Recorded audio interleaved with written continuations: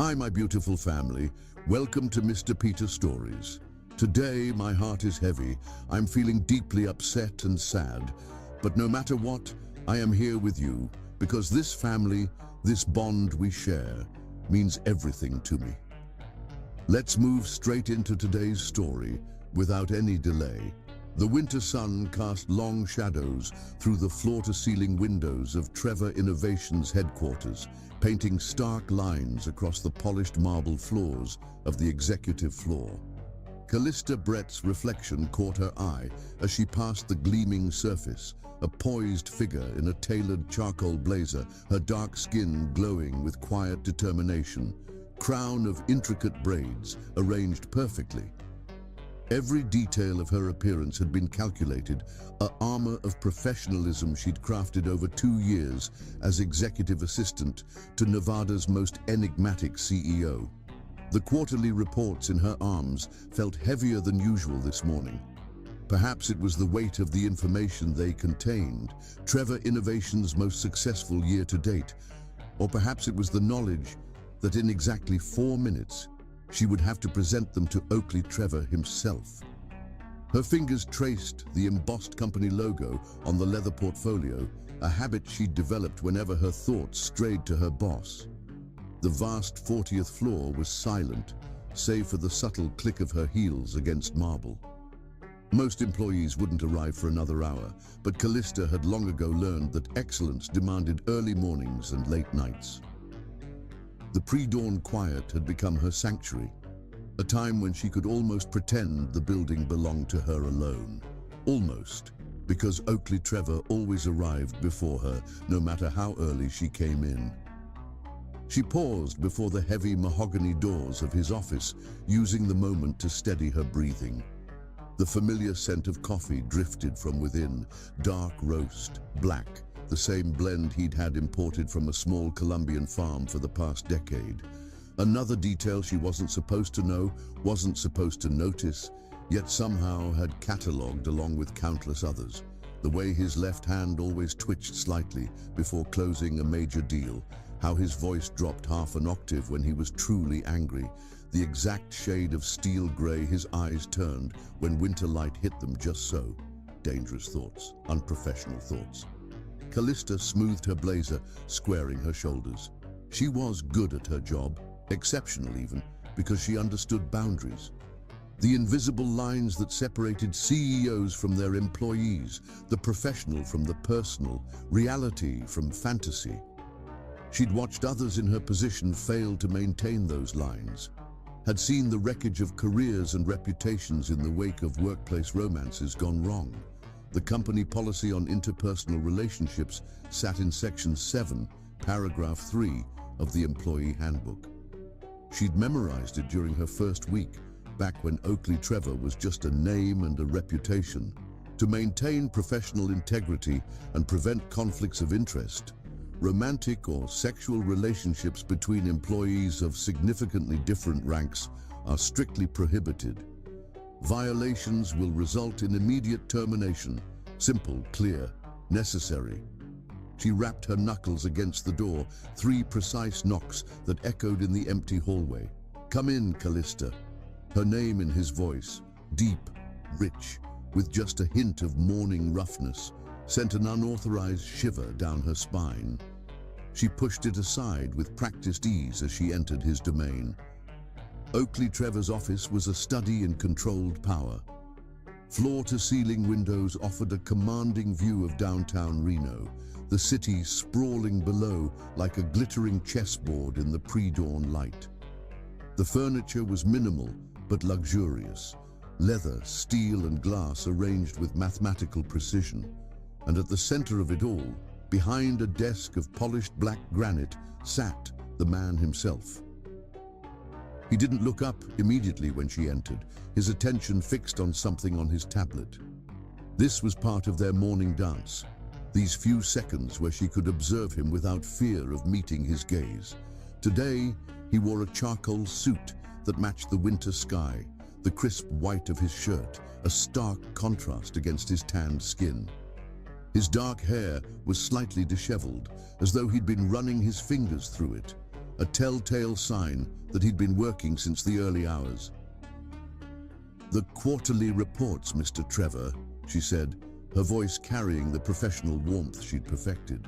Not too distant, not too familiar, a balance as delicate as a tightrope walker's. He looked up then, and Callista felt the familiar impact of his full attention. Oakley Trevor didn't simply look at people.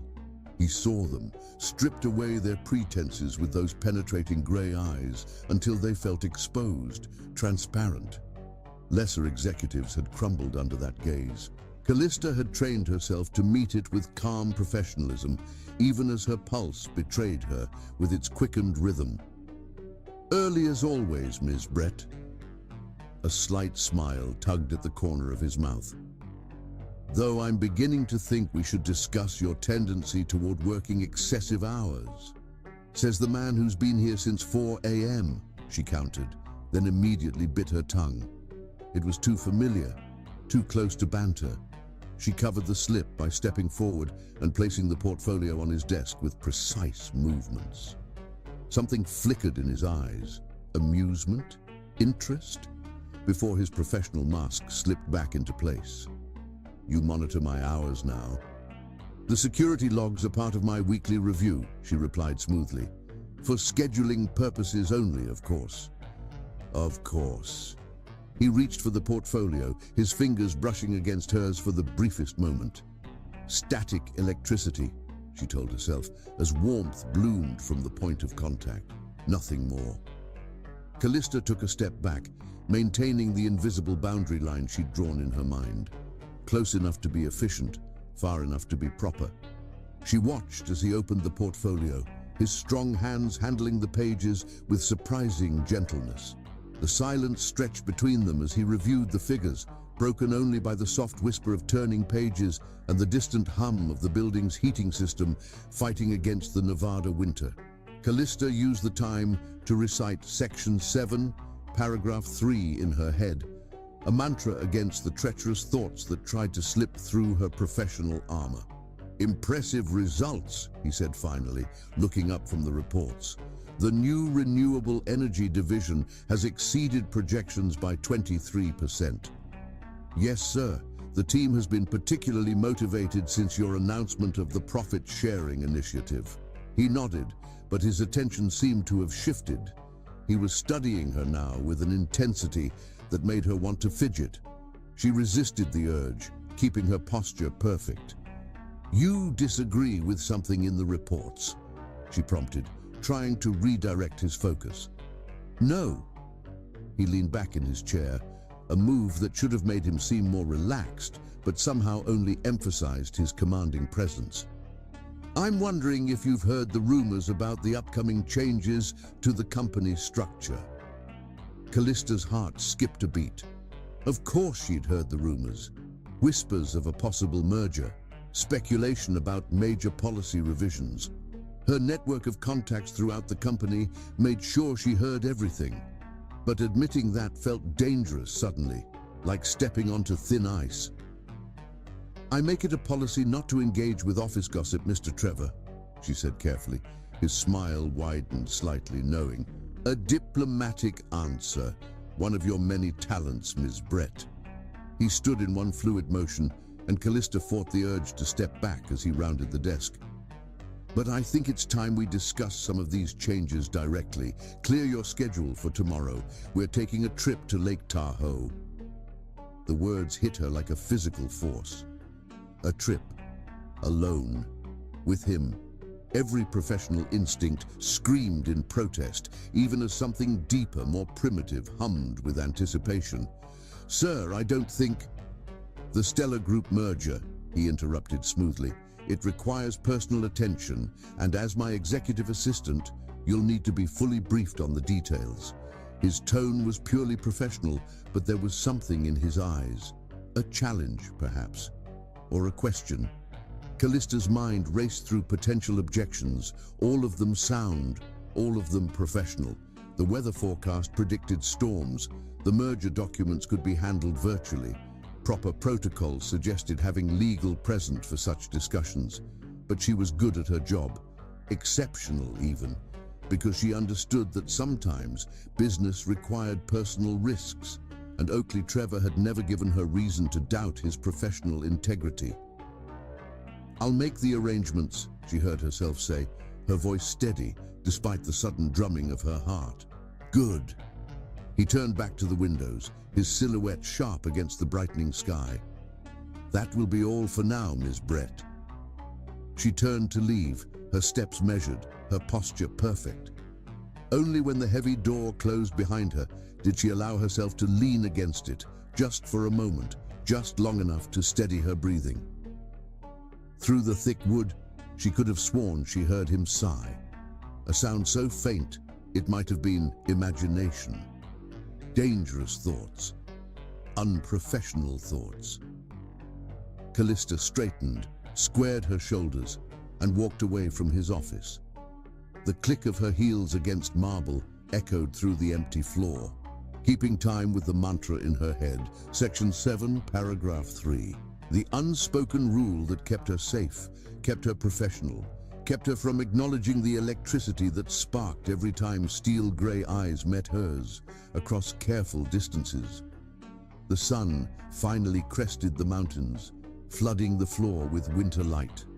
Another day at Trevor Innovations was beginning, and Callista Brett had work to do.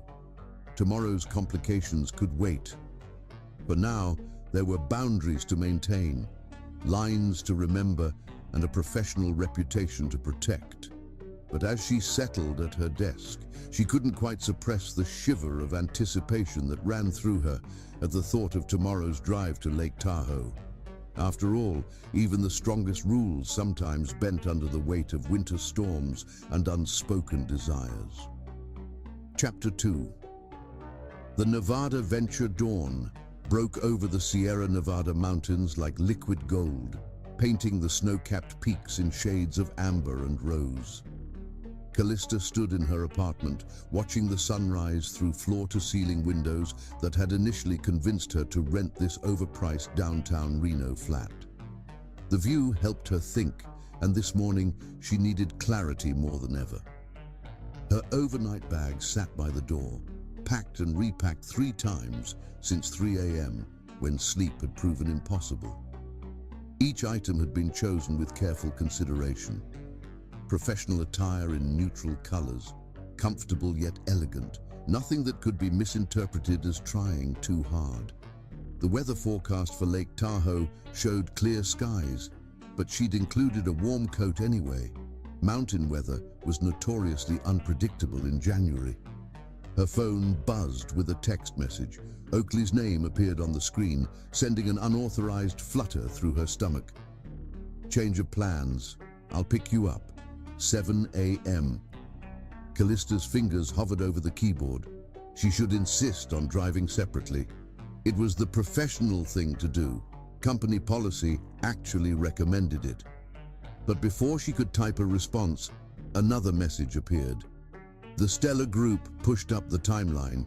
We need to review the merger documents en route." And there it was, the perfect professional excuse that made any objection seem unreasonable. Oakley Trevor had always been skilled at creating situations that were technically above reproach, while dancing along the edges of propriety. It was part of what made him such a successful CEO, and what made him so dangerous to her peace of mind. She texted back a simple, "Understood," and moved to the kitchen, knowing sleep was now completely out of the question. The ritual of making coffee gave her hands something to do while her mind raced through contingency plans. She'd arranged for them to stay at separate lodges near the meeting venue. The Lake Tahoe Resort Hotel for him, a smaller boutique hotel 3 blocks away for herself. The merger discussion was scheduled for 2 p.m., giving them plenty of time for the drive and preparation. Everything was organized, professional, proper. So why did it feel like she was missing something crucial? The sound of a car pulling up outside her building sent her heart into an unexpected rhythm. 7 o'clock exactly. Oakley's military precision was legendary within the company. Callista took one last look in the mirror, adjusting her blazer and checking that every braid was perfectly in place. Her reflection showed exactly what she wanted it to. Competence, professionalism, and absolutely no hint of the anticipation curling in her stomach. She grabbed her bag and coat, locked her apartment, and rode the elevator down to the lobby. Each floor passed with a soft ding that seemed to echo her heartbeat. Ground floor, deep breath, shoulders back, game face on. The lobby doors opened to reveal Oakley's car, not the expected company Tesla, but his personal vehicle, a midnight blue Audi RS7, its sleek lines gleaming in the early morning light. He stood beside it, somehow managing to look both perfectly put together and casually approachable in a charcoal sweater and dark jeans. The sight of him in anything but a suit was so unexpected that Callista almost missed a step. "Good morning, Miss Brett," he said, taking her bag before she could protest. "I hope you don't mind the change in transportation. The company cars are all in for winter maintenance." Another perfectly reasonable explanation that felt like a carefully crafted move in some game she didn't quite understand. "Of course not, Mr. Trevor," she replied, keeping her tone professionally pleasant. He opened the passenger door for her, an old-world courtesy that seemed at odds with his usual efficiency-focused behavior. As she settled into the leather seat, she caught a whiff of his cologne, something woodsy and expensive that she definitely shouldn't have catalogued in her memory, yet had. The interior of the car was warm, the heated seats already activated against the morning chill. Oakley slid into the driver's seat with fluid grace, and suddenly the space felt intimate, in a way that all her careful planning hadn't accounted for. The center console between them seemed like an inadequate barrier. "I took the liberty of bringing coffee," he said, gesturing to 2 travel mugs in the cup holders. "Your usual vanilla latte with an extra shot." Callista stared at the cup, something warm and dangerous unfurling in her chest. She hadn't realized he knew her coffee order. "Thank you," she managed, reaching for the mug to give her hands something to do. The engine purred to life, and they pulled away from her building into the quiet Sunday morning streets. Reno was still waking up, the casino lights dimming against the strengthening daylight. Callista pulled out her tablet, determined to keep things professional. "I've prepared a summary of the key points from the Stellar Group's latest proposal," she began, but Oakley held up a hand. "Let's wait until we're out of the city," he said, his eyes on the road. "There's something else we should discuss first." Warning bells chimed in Callista's head. She'd learned that tone over the past 2 years. It was the one he used before dropping corporate bombshells. "Sir?" "Oakley," he corrected, glancing at her briefly. "We're going to be spending the next 12 hours together, Callista. I think we can dispense with the formalities." The use of her first name sent a shiver down her spine that had nothing to do with the winter morning. "I don't think that would be appropriate," she said carefully. "Why not?" His question was gentle, but carried that same intensity that made board members squirm. "We're both adults. The company handbook doesn't mandate formal address outside of office hours." She knew he was right. She'd memorized that handbook cover to cover, but she also knew that formality was her shield, her protection against thoughts and feelings that had no place in a professional relationship. "Nevertheless," she began, but he interrupted her again. "Do you know why I chose you as my executive assistant 2 years ago?" The question caught her off guard. "My qualifications were excellent, but not unique," he finished. "There were 16 candidates with similar experience and education." He navigated onto the highway toward Lake Tahoe, the car's powerful engine humming beneath them. "I chose you because in your interview, you were the only one who challenged me." Callista remembered that day vividly. The nerve-wracking wait, the rapid-fire questions, and yes, the moment when she disagreed with his assessment of a hypothetical business scenario. She'd thought she'd blown her chances. "You said my approach to the merger situation was too conservative," he continued, a smile playing at the corners of his mouth. That I was missing opportunities by focusing solely on immediate gains. You were right, by the way. That was a professional observation, she said, trying to steer the conversation back to safer ground. Everything with you is professional, Callista. Every word, every action, calculated and precise. His hands tightened slightly on the steering wheel. Don't you ever get tired of maintaining such rigid boundaries? The question hung in the air between them, heavy with implications. Outside, the landscape was changing, urban sprawl giving way to the rugged beauty of the Sierra Nevada foothills. Pine trees lined the highway, their branches heavy with fresh snow from last night's flurries. Boundaries exist for a reason, she finally said, her voice softer than she intended. They protect everyone involved. Protection from what? His question seemed to fill the car's intimate space. From making mistakes, from taking risks, from feeling something real. Callista's heart thundered in her chest. This conversation was veering into dangerous territory, crossing lines she'd drawn in her mind long ago. From complications that could damage both our careers, she said firmly. The merger is more complicated than you know. He switched lanes smoothly, passing a slower vehicle. Everything is about to change, Callista. The company, the policies, the boundaries you're so careful to maintain. What do you mean? The Stellar Group merger isn't just about expanding market share. He paused, seeming to choose his next words carefully. It's about creating something new, something that wouldn't be bound by traditional corporate structures. The implications of his words made her head spin. You're restructuring the entire company? I'm rebuilding it from the ground up. There was passion in his voice now, the kind she'd only heard when he talked about his most ambitious projects. The old rules, the rigid hierarchies, they belong to a bygone era. The future is about authentic connections, genuine relationships, breaking down the artificial barriers that keep people from reaching their full potential. Callista's analytical mind raced ahead, seeing the possibilities and pitfalls. The board would never approve such a dramatic change. They already have. He glanced at her, his gray eyes intense. That's what tomorrow's meeting is really about. The Stellar Group isn't just merging with us. They're helping us pioneer a new way of doing business. The revelation settled over her like a heavy blanket. Everything she thought she knew about this trip, about her role, about the careful boundaries she'd maintained, was shifting beneath her feet. Why are you telling me this now? She asked, fighting to keep her voice steady. Oakley was quiet for a long moment, his attention seemingly focused on the road ahead.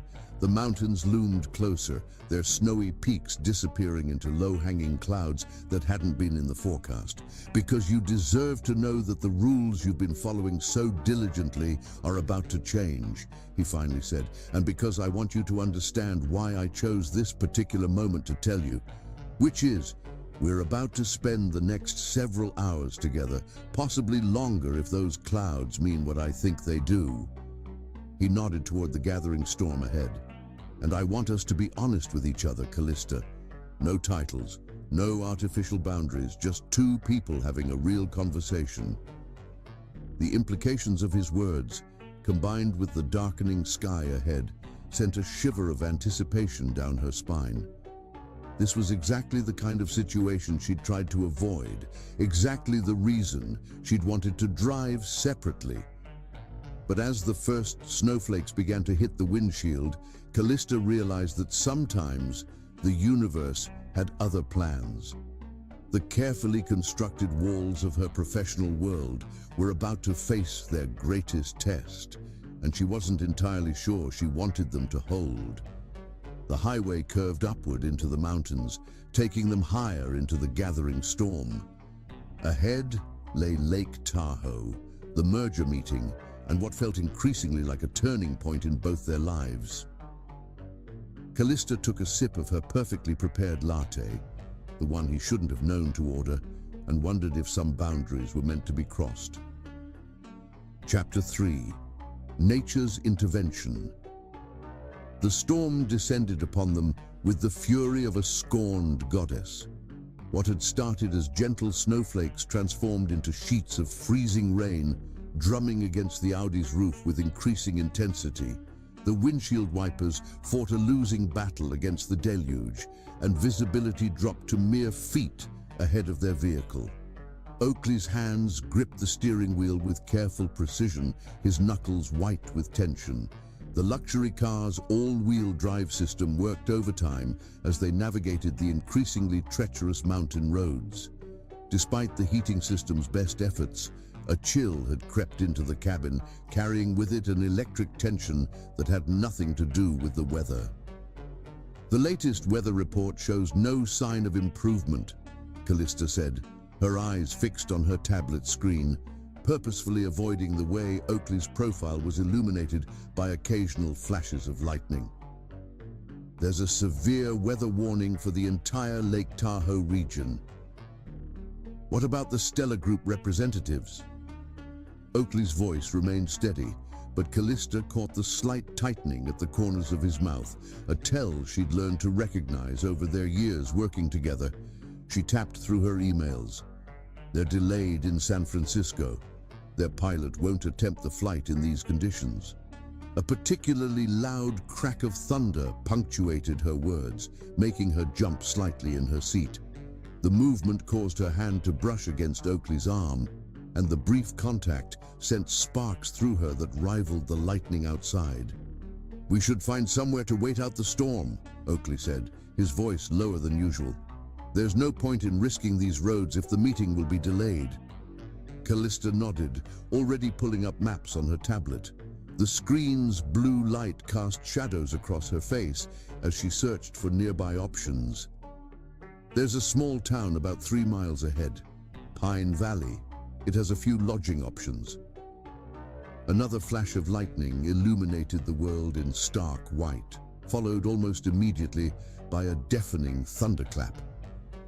The storm was directly overhead now, and the freezing rain had become biblical in proportion. Ice began to form on the edges of the windshield, creating ghostly patterns that distorted the world beyond. "The temperature's dropping fast," Oakley observed, his attention divided between the treacherous road and the car's external thermometer. "We need to get off this mountain before the roads become completely impassable." As if in response to his words, the car's tires lost traction for a heart-stopping moment. Oakley handled it expertly, but Callista's hand flew to the door handle, her knuckles white with tension. Without thinking, Oakley reached over and covered her hand with his own. "Trust me," he said softly. "I won't let anything happen to you."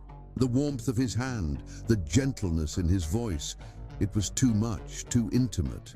Yet Callista couldn't bring herself to pull away. The storm raged around them, but in that moment, the only thing she could focus on was the way his thumb brushed ever so slightly across her knuckles. A sign emerged from the curtain of rain. Pine Valley. Next exit. Oakley carefully navigated the turning, the steep road now slick with a dangerous mixture of rain and ice. The small town materialized through the storm like a mirage. A collection of rustic buildings huddled against the mountainside, their windows glowing warmly against the preternatural darkness of the storm-racked afternoon. "The Pinecrest Inn," Callista read from her tablet, her voice slightly unsteady. "It's the highest-rated accommodation in town.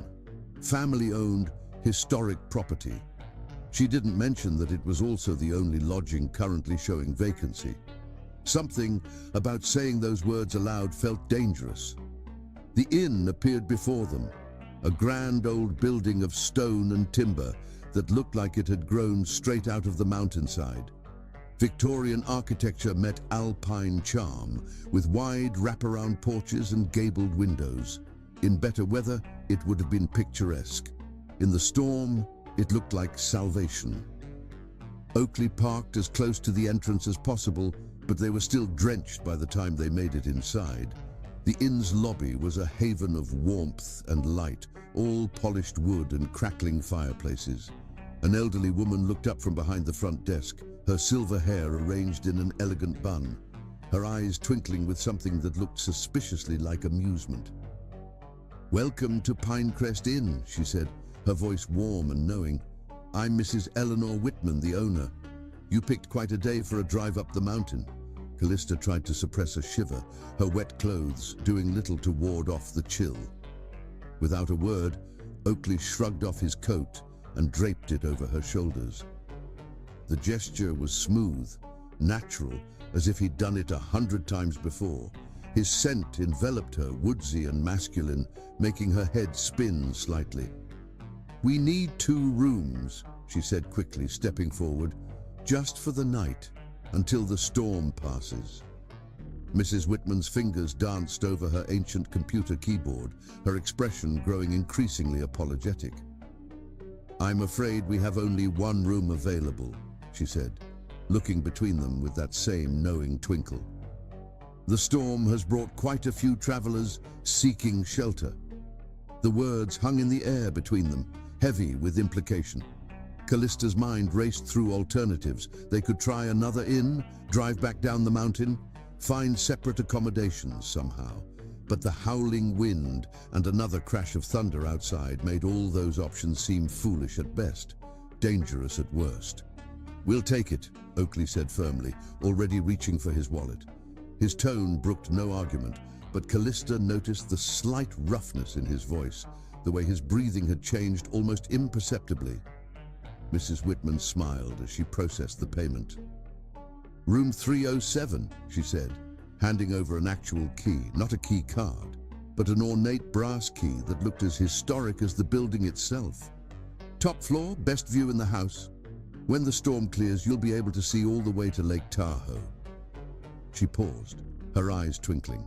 Though with weather like this, that might not be until morning. Callista's cheeks burned as she followed Oakley up the grand staircase, their wet shoes leaving traces on the plush carpet. The inn's antiquated heating system fought valiantly against the storm's chill, but drafts still whispered through the corridors, carrying with them the scent of pine and wood smoke. Room 307 was at the end of a long hallway, under one of the distinctive gables they'd seen from outside.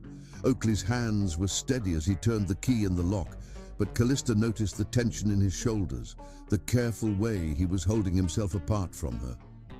The room was beautiful, spacious and well-appointed, with a king-sized bed dominated by a handmade quilt in shades of blue and silver. A stone fireplace occupied one wall, already laid with logs and kindling. Large windows looked out over the storm-racked landscape, and a comfortable sitting area with 2 armchairs was arranged near them. 1 bed, 1 room. No boundaries left except the ones they chose to maintain. "I'll take one of the chairs," Oakley said immediately, setting their bags down. "You should change out of those wet clothes before you catch cold." Callista clutched his coat tighter around her shoulders, suddenly very aware of how her wet clothing clung to her body. She started, but another violent shiver interrupted her words. Oakley stepped closer, concern evident in his steel-grey eyes. "You're freezing," he observed, his hand coming up to brush a water droplet from her cheek. The touch was feather-light, but it burned like fire against her cold skin. "This isn't appropriate," she whispered, even as she felt herself leaning slightly into his warmth. "Nothing about this situation is appropriate," he agreed, his voice rough. "But I'm not going to let you make yourself sick for the sake of propriety." Before she could respond, another thunderclap shook the building, and the lights flickered ominously. They both held their breath, waiting, but the power held. Outside, the storm continued to rage, nature's fury providing a dramatic backdrop to the tension building in the room. Callista took a step back, needing distance to think clearly.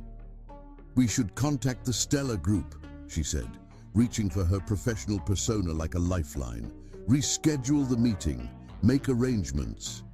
Callista, just her name, But the way he said it, soft, intimate, with a wealth of meaning, made her stop mid-sentence.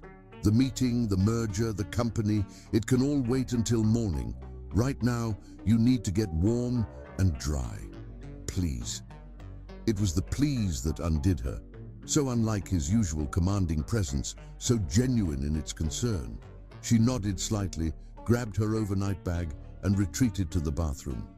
The door closed between them with a soft click that seemed to echo in the charged atmosphere. Callista leaned against the bathroom counter, staring at her reflection in the antique mirror. Her carefully arranged braids were damp but intact. Her makeup somehow still perfect, but her eyes told a different story. They were wide, uncertain, filled with an emotion she wasn't ready to name. The storm continued its assault outside, and somewhere in the back of her mind, Callista wondered if this was nature's way of forcing them to face what they'd been dancing around for 2 years. In this remote mountain inn, trapped by ice and thunder, all the carefully constructed walls between them were beginning to crack like ice in spring thaw. She changed quickly into dry clothing, thankful that she'd packed for every contingency, and tried not to think about the night ahead. 1 room, 1 bed, and a storm that showed no signs of abating. The universe, it seemed, had plans of its own, regardless of company policies and professional boundaries. And as another flash of lightning illuminated the world outside, Callista couldn't quite silence the part of her that wondered if maybe, just maybe, that wasn't such a bad thing after all. Chapter 4. The Last Room. The ancient radiator in room 307 fought valiantly against the winter chill, but the storm's icy fingers still found ways to seep through the Victorian windows. Callista emerged from the bathroom in thick leggings and an oversized sweater, her professional armor exchanged for comfort out of necessity. She'd let her braids down, and they cascaded over her shoulders in intricate waves, still slightly damp from the rain. Oakley had been busy during her absence. The fireplace now crackled with life, casting dancing shadows across the room's rich wooden surfaces. He'd shed his wet outer layers, leaving him in a charcoal cashmere sweater that did nothing to diminish his commanding presence. If anything, the casual attire made him more dangerous to her peace of mind. "Mrs. Whitman sent up tea," he said, gesturing to a silver service that had appeared on the antique writing desk. "And some interesting news about our situation." Callista wrapped her arms around herself, trying to suppress a shiver that had nothing to do with the cold. The storm, getting worse. He moved to pour tea into delicate china cups that looked like they belonged in a museum. "The road we came up on is already closed. Highway Patrol is advising everyone to stay put until morning at least." The implications of his words settled over her like a heavy blanket. They were truly trapped here, in this room, together. No escape routes, no professional distance to maintain. Just them and the storm and all the unspoken things that had been building for 2 years. "I see," she managed, accepting the cup he offered. Their fingers brushed in the exchange, sending little sparks of electricity up her arm. The tea was perfectly prepared. Honey, but no milk, exactly how she liked it. Another detail he shouldn't have known, but somehow did. "You should take the bed," Oakley said, moving to stand by the window. The storm provided a dramatic backdrop to his silhouette, lightning occasionally illuminating his strong profile. "I'll be comfortable enough in one of the chairs." "Don't be ridiculous," Callista found herself saying, the words escaping before she could censor them. "You're too tall for these chairs. You'll be miserable all night." He turned to look at her, and something in his eyes made her breath catch. "Are you suggesting we share?" "No, I mean..." She took a sip of tea to cover her flustered response. "I'll take the chair. I'm smaller." "Not happening."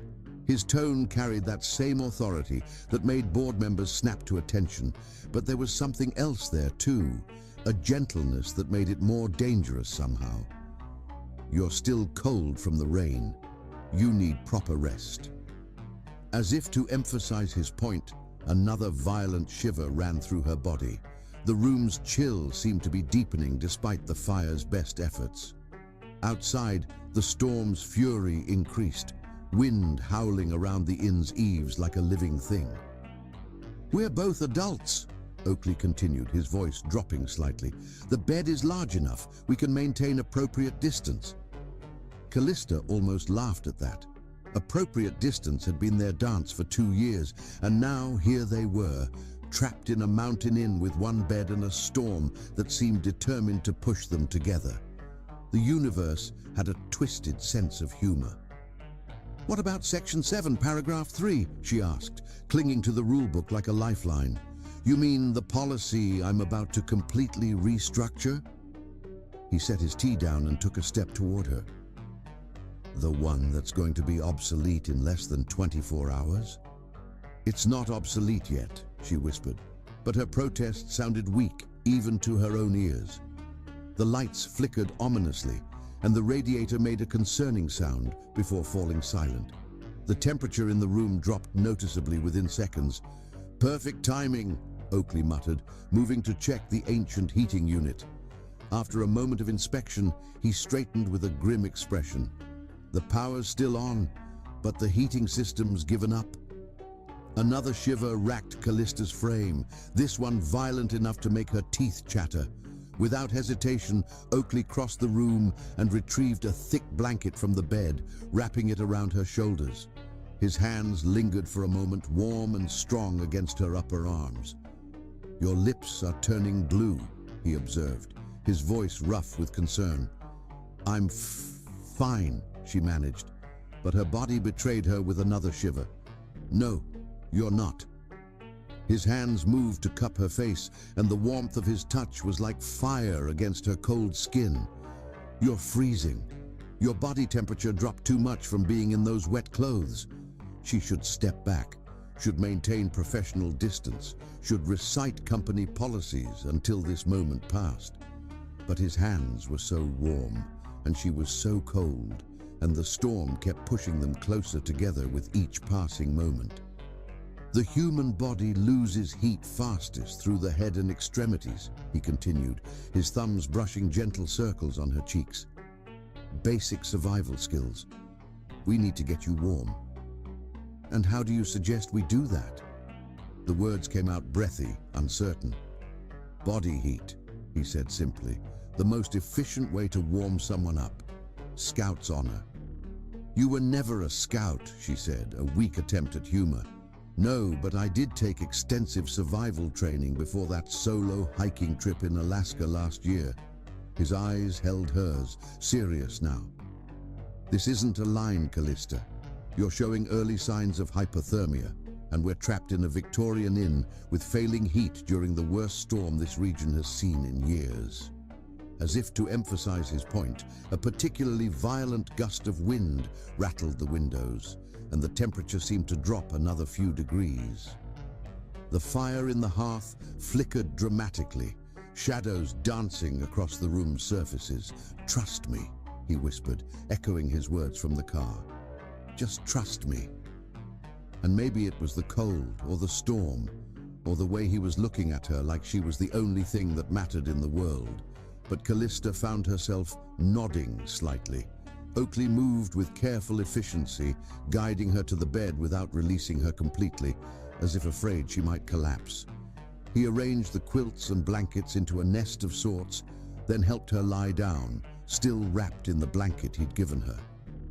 "Close your eyes," he said softly, and she felt the bed dip as he settled beside her. Strong arms wrapped around her, pulling her against a chest that radiated warmth like a furnace. One of his hands came up to cradle the back of her head, tucking it under his chin. "This is highly inappropriate," she mumbled against his sweater, even as her body betrayed her by melting into his warmth. "Saving you from hypothermia? I think the HR department would make an exception." His chest rumbled with quiet laughter, and the sound did something to her insides that had nothing to do with temperature regulation. They lay in silence for a while, the storm providing a dramatic soundtrack to their unprecedented proximity. Gradually, feeling returned to Callista's extremities, along with an acute awareness of every point of contact between their bodies.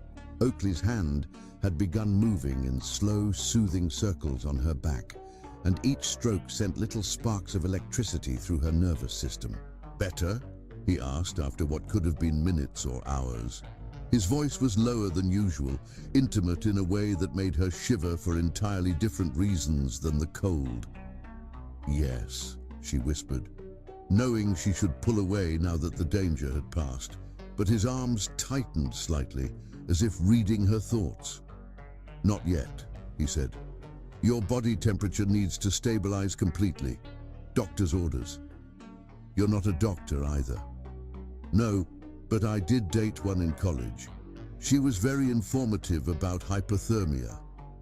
Callista stiffened slightly at the mention of his past relationships, and she felt him smile against her hair. "Jealous, Miss Brett?" "That would be inappropriate," she said primly, trying to ignore the way her heart skipped at his teasing tone. His hand continued its maddening circles on her back. "You know what I think?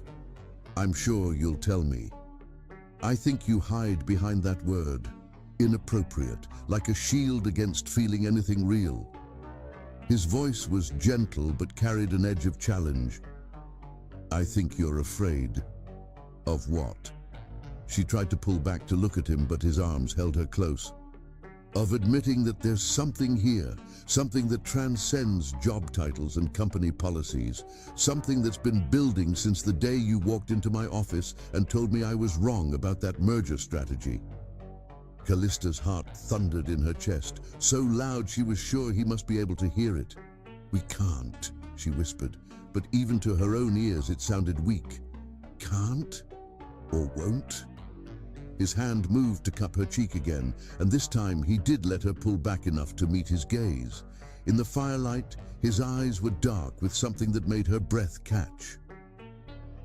"The world is changing, Callista. The old rules are falling away. Maybe it's time to stop hiding behind them."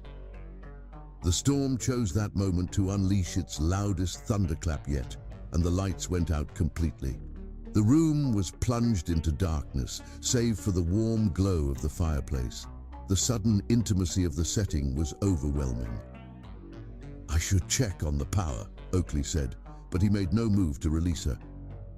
"You should," Callista agreed, her fingers curling into his sweater of their own accord. Neither of them moved.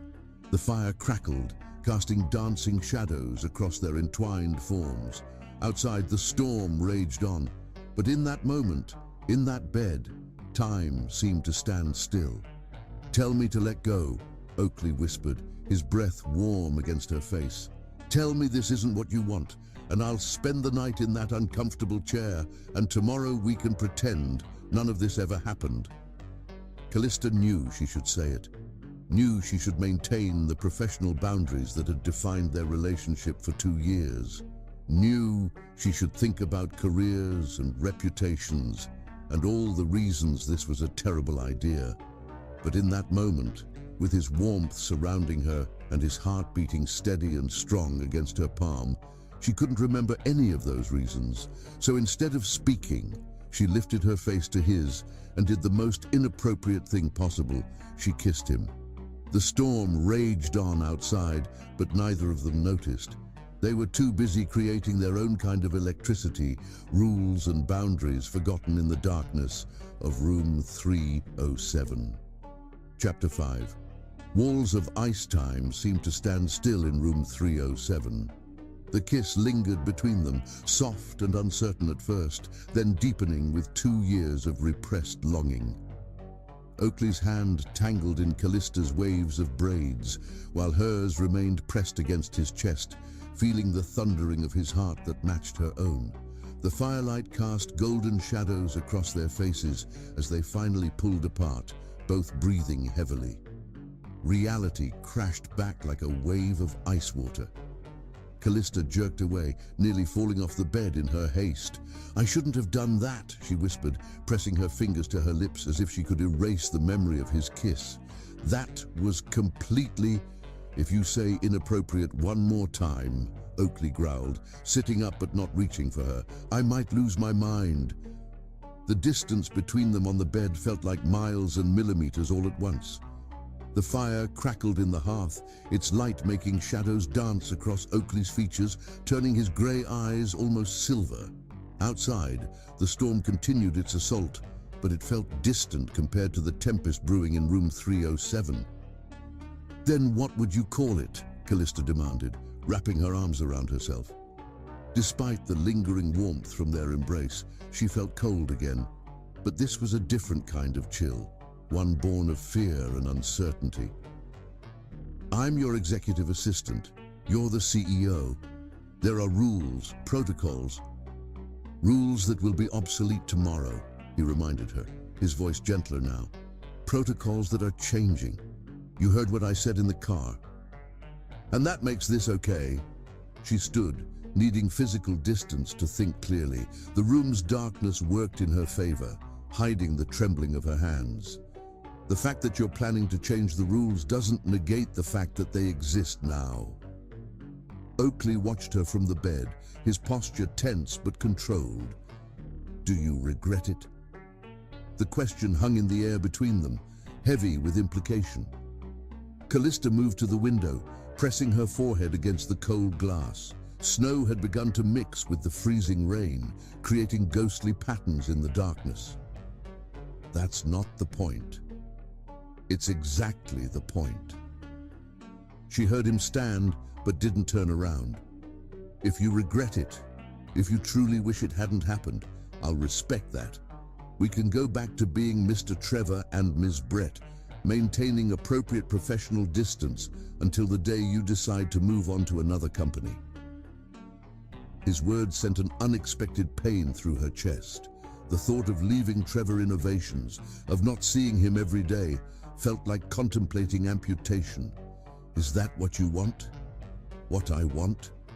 His laugh was low, almost bitter. What I want, Callista, is to stop pretending, to stop watching you walk into my office every morning and acting like I don't count the hours until I see you again. To stop maintaining artificial distance because some outdated corporate policy says we can't acknowledge what's been building between us for 2 years. She turned then, unable to resist the raw emotion in his voice. The firelight caught the angles of his face, and for the first time, she let herself really look at him. Not as her boss, not as CEO Oakley Trevor, but as the man who'd haunted her dreams for longer than she cared to admit. When did it start for you? She asked softly, surprising herself with the question. His eyes met hers across the darkened room. The merger strategy meeting. 6 months after you started, you stood your ground against the entire board, defended your analysis with such passion and intelligence. I watched you dismantle their arguments point by point, and all I could think was, I'm in trouble. The memory flooded back. The tension in the boardroom, the way the senior executives had tried to dismiss her findings, and how Oakley had sat back and let her fight her own battle. She'd thought he was testing her. Now she wondered if he'd been admiring her instead. That's when you started bringing me coffee, she remembered suddenly. After that meeting, every morning it would be waiting on my desk. I needed an excuse to see you first thing, before you put on your professional armor. He took a step toward her, then stopped, maintaining the fragile distance between them. Your turn. When did it start for you? Callista closed her eyes, knowing honesty was the only way forward now. The charity gala, last spring. You were giving your speech about the company's new environmental initiatives, and I looked up from my notes and just saw you. Not the CEO, not my boss, just you. It terrified me. Why? Because I'd spent my entire career building walls, professional boundaries, never getting too close, never letting emotions cloud my judgment. She opened her eyes to find him closer now, though she hadn't heard him move. You made me want to break all my rules. Maybe some rules are meant to be broken. His voice was low, intimate in the darkness. Maybe some walls need to come down. It's not that simple, isn't it? Another step closer.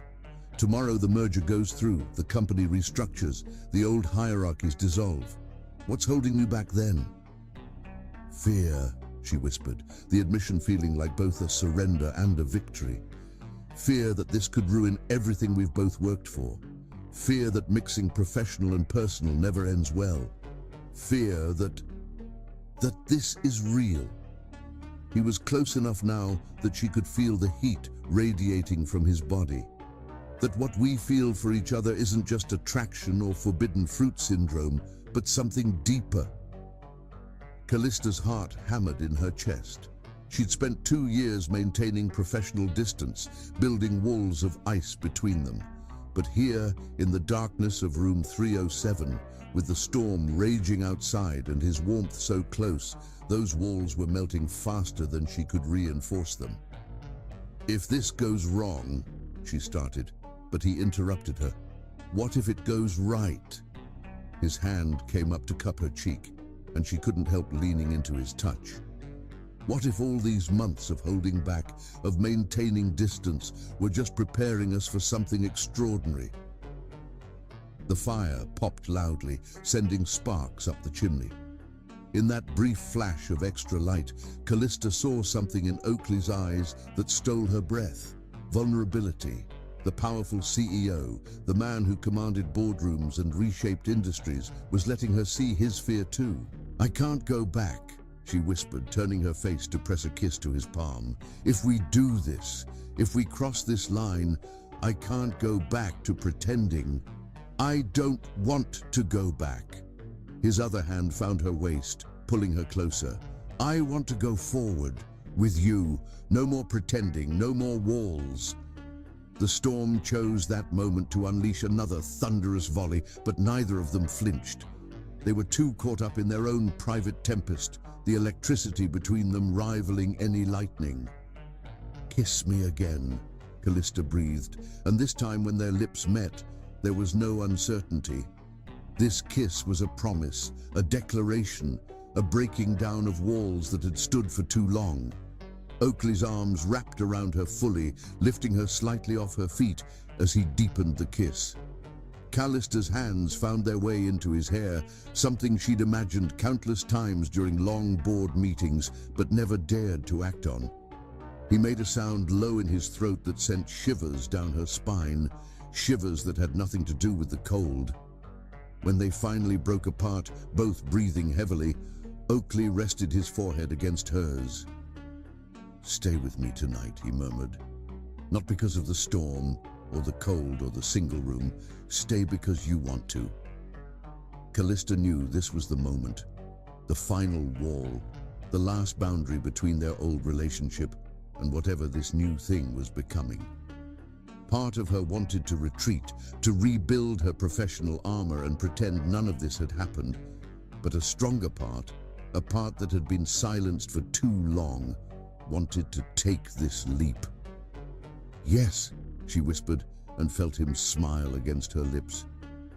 Outside, the storm continued to rage, but inside room 307, ice walls had melted completely, replaced by a warmth that no winter chill could touch.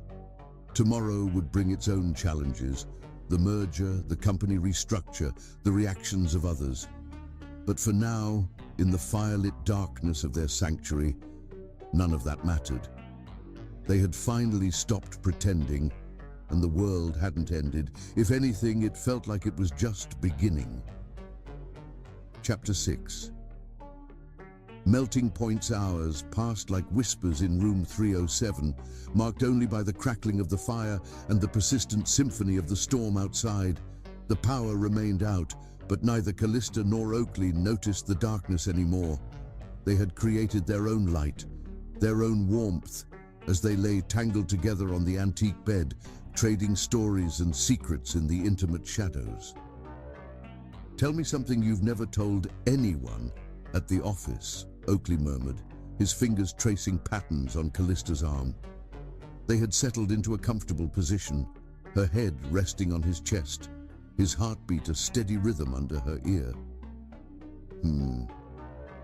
She smiled in the darkness. Remember that disaster meeting with the Singapore investors last year, when the presentation files mysteriously corrupted? The one where you somehow produced backup copies and saved the entire deal. His chest rumbled with quiet laughter. Don't tell me you planned that. Not exactly. Callista propped herself up on an elbow to look at him, loving how the firelight played across his features. But I may have noticed their representative checking his phone during your previous presentations. He had a habit of only paying attention when things went wrong. So you engineered a crisis to keep him engaged. Oakley's eyes widened with admiration. Devious, Ms. Brett. Absolutely devious. The deal went through, didn't it? She tried to sound professional, but couldn't help grinning. Sometimes a little strategic chaos is necessary. You've been managing me like that for 2 years, haven't you? His hand came up to cup her cheek, thumb brushing across her lower lip. All those perfectly timed interruptions during tedious meetings, the urgent calls that got me out of boring lunches. I prefer the term strategic optimization of executive time, she said primly, then squealed as he suddenly rolled them over, pinning her beneath him with gentle pressure. Strategic optimization? He growled playfully. Is that what we're calling it? Callista's laugh turned into a soft gasp as he lowered his head to press kisses along her neck. Oakley. Hmm? His mouth found a particularly sensitive spot below her ear. Yes, Ms. Brett, do you have something to add to the quarterly report? You're impossible, she managed, even as her hands slid into his hair, encouraging his attention. He lifted his head to meet her eyes, and the playfulness faded into something deeper, more intense. You're incredible, he said softly. Do you know how many times I've wanted to tell you that? How many moments I've had to bite my tongue to keep from saying exactly what I think of you? Tell me now, she whispered, heart racing at the vulnerability in his expression. You're brilliant. He punctuated the word with a kiss to her forehead. Capable. Another kiss, this time to her temple. Strong, her cheek. Beautiful, the corner of her mouth. And you terrify me completely. Callista's breath caught. I terrify you. You're Oakley Trevor. You run one of the largest companies in Nevada. You make billion-dollar decisions before breakfast. And you've had the power to wreck me since the day you walked into my office. His admission was rough, honest in a way that made her heart ache. Why do you think I never acted on this? It wasn't just the company policies or professional boundaries. It was knowing that if this went wrong, if I lost you completely. She reached up to trace the worry lines between his brows. Is that still a fear? Yes, he said simply. But staying away from you, pretending this isn't real, that terrifies me more. Thunder crashed outside closer than before, making the windows rattle in their frames. The storm was intensifying again, but in their cocoon of firelight and shared warmth, it felt distant, unimportant. I used to have nightmares, Callista confessed, her fingers still tracing his features, memorizing them by touch. About the board finding out how I felt about you. About being labeled the cliché, the assistant in love with her boss. About losing everything I'd worked for. And now? Now I'm wondering if some things are worth the risk. She pulled him down for a soft kiss, one that quickly deepened into something more heated. Oakley groaned against her mouth, his control visibly slipping. Callista, he warned, pulling back slightly. If we don't stop now, I don't want to stop. She met his gaze steadily, letting him see the certainty in her eyes. I don't want to hold back anymore. I want... What? His voice was rough, desperate. Tell me what you want. You, she breathed. Just you. No titles, no boundaries, no pretense, just us. Something fierce and protective flashed in his eyes. Are you sure? Once we cross this line... We crossed it the moment I kissed you, she reminded him. Everything else, is just details. He studied her face in the firelight, as if memorizing every detail. "I love you," he said suddenly, the words falling between them like precious stones. "I know it's too soon to say it, know it breaks all the rules of timing and propriety, but I need you to know. I love you, Callista Brett. I think I have since that first board meeting when you told me I was wrong about the merger strategy." Tears pricked at Callista's eyes, but she blinked them away, smiling up at him. "It's not too soon," she whispered. "We've been writing this story for 2 years. We just couldn't read it out loud until now." His kiss was fierce this time, passionate in a way that made her toes curl and her pulse race. All the carefully maintained distance, all the professional boundaries they'd hidden behind, melted away like snow in summer. They came together with the intensity of the storm outside, years of repressed longing finally finding expression. Later, much later, they lay tangled in the sheets, Callista's head tucked under Oakley's chin, his arms wrapped protectively around her. The fire had burned low, casting a soft amber glow across their sanctuary. Outside, the storm showed signs of weakening, the thunder more distant, the wind less fierce. "What happens tomorrow?" Callista asked softly, tracing patterns on his chest. "The merger goes through, the company transforms, and we stop pretending." His arms tightened around her. "No more hiding, no more walls. The board will adapt or be replaced." His tone carried that note of authority she knew so well. "The world is changing, Callista. Companies that cling to outdated policies, that value appearance over substance, won't survive. I'm not just restructuring the company, I'm rebuilding it for a future where talent and dedication matter more than arbitrary rules." "And us?" He shifted to look down at her, his expression serious in the dim light. "We take it one day at a time. Together. No rushing, no hiding. We do this right. Together," she repeated, liking how the word felt on her tongue. "I love you too, you know. I should have said it earlier, but..." His kiss silenced her, soft and sweet. "I knew. Every time you anticipated my needs, every time you stayed late to help with a project, every time you challenged me to be better, you were saying it in your own way." The fire popped, sending up a shower of sparks. Outside, the first light of dawn was beginning to creep over the mountains, turning the storm clouds from black to deep purple. A new day was coming, bringing with it challenges and changes and the weight of their decisions. But there, in room 307, wrapped in each other's arms, Callista and Oakley had found their own kind of peace. The walls of ice had melted completely, leaving behind something stronger, something real. Whatever tomorrow brought, they would face it together, no longer bound by rules and boundaries, but united by a love that had been worth the wait. Chapter 7. Thunder's Truth. Dawn crept over the Sierra Nevada mountains like a watercolor painting coming to life. The storm had weakened, but not entirely passed, occasional rumbles of thunder mixing with the first birdsong of morning. Room 307 was bathed in a peculiar light, part dying fire, part breaking day, that made everything feel slightly surreal. Callista woke slowly, her body warm and pleasantly heavy.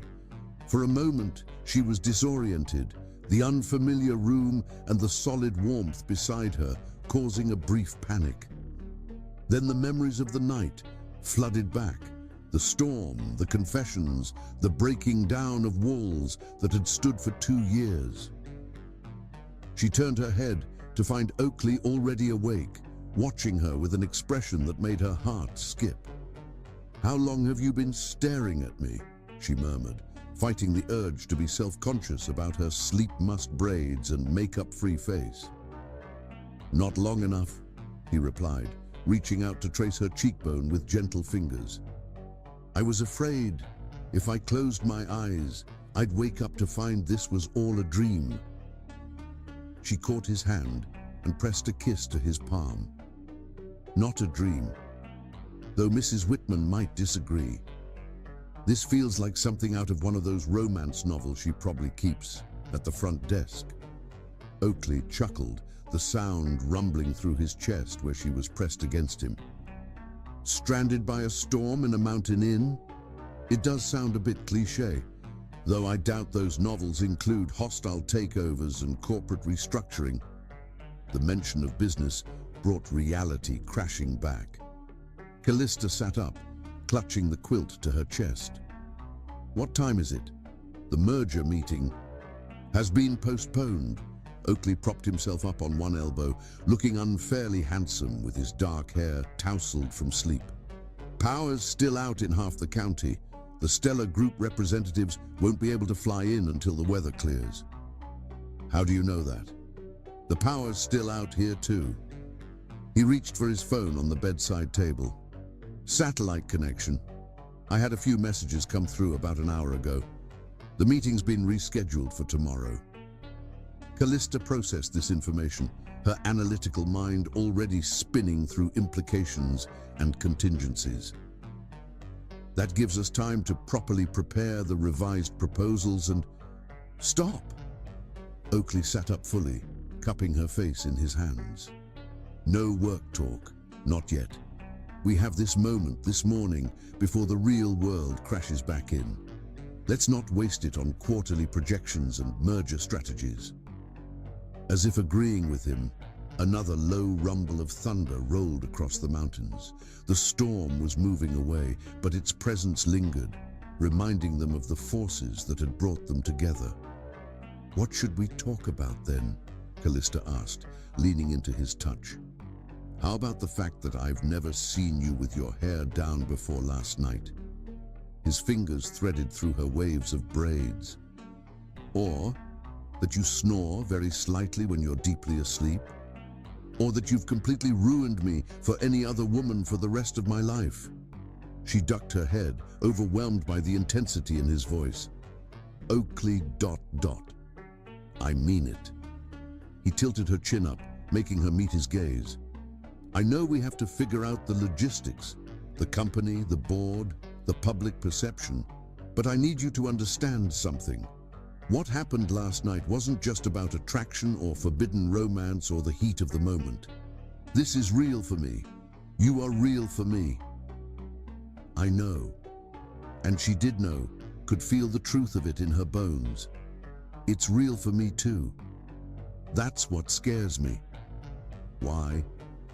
Because I've spent my whole career being the consummate professional, the one who never lets emotion cloud her judgment, the one who maintains appropriate boundaries. She took a shaky breath, and now here I am, in bed with my boss, having broken every rule in the corporate handbook. Former boss, he corrected gently. Remember, the restructuring isn't just about merging companies, it's about creating something entirely new. And in this new structure, you won't be reporting to me. Callista blinked. What? Oakley shifted, pulling her closer. That's what I've been trying to tell you. The merger with Stellar Group isn't a traditional corporate acquisition. We're creating a new kind of company, one with a flat organizational structure, where talent and innovation matter more than titles and hierarchy. And my role in this new structure, Chief Strategy Officer. He smiled at her shocked expression. Who better to help shape the future of the company than the woman who's been quietly running it for the past 2 years? But the board already approved it. Your promotion was going to be announced at today's meeting. He brushed a strand of hair from her face. Your track record speaks for itself, Callista. The Singapore deal, the renewable energy division, the new profit-sharing initiative, those were all your ideas. I just had the good sense to implement them. Tears pricked at her eyes. You're serious? Completely. His thumbs brushed away the moisture gathering at her lashes. You've earned this, completely independent of what's happening between us. Though I have to admit, being able to love you openly is a rather wonderful bonus. She laughed through her tears, overwhelmed by the magnitude of what he was telling her. "This is really happening, all of it." "All of it," he confirmed. "The company is changing. We're changing.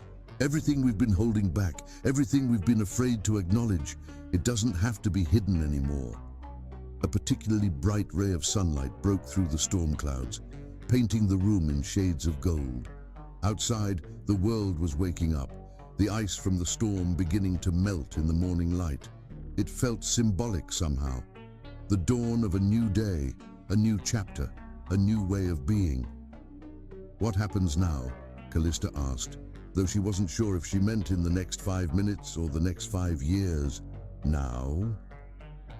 Oakley's smile turned playful. "Now I suggest we take advantage of the fact that we're still snowed in.